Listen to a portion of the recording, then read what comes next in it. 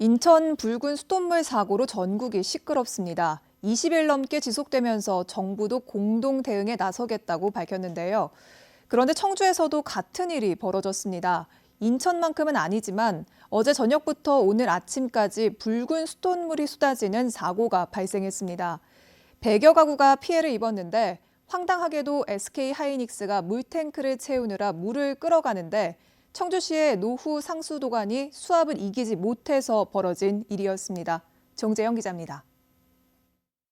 세면대 수도꼭지에서 붉은색을 띤 물이 쏟아집니다. 여러 번 반복해도 마찬가지. 청주시 내곡동 일대에 붉은 수돗물이 나오기 시작한 건 퇴근 시간이 막 지난 어제 저녁부터입니다.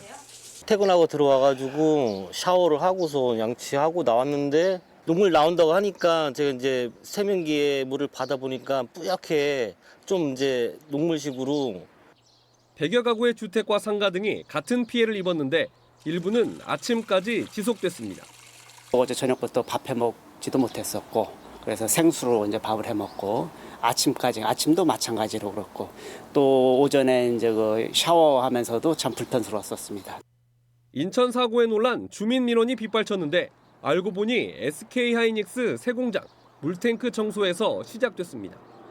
하이닉스가 물탱크 2개를 청소하느라 뺐던 물 768톤을 급히 채우면서 같은 배수관을 쓰는 지역에 2차례에 걸친 단수가 발생했고 이후 물 공급이 재개되면서 노후관에 끼어있던 녹등 이물질이 수압에 떨어져 나왔다는 게 청주시의 설명입니다. 하이닉스 저수조 담수 이후에 이제 제대로 이제 물 공급이 되면서 수압 변화, 일시적인 수압 변화로 인해서 일부 관말 지역에 녹물이 발생됐던 것입니다. 한 방향에서만 물이 공급되는 수로 구조도 문제였습니다. 테크노폴리스와 LG로 건설 등을 이유로 양방향이었던 물길 한쪽을 끊어버려 나머지 한쪽에 문제가 생기자 제때 대응할 수 없었던 겁니다. 그리고 제수 밸브 일제 점검을 통해서 그리고 한 방향으로 통수됐던 그 관로를 다른 관로하고 연결을 해서 단수가 생기지 않도록.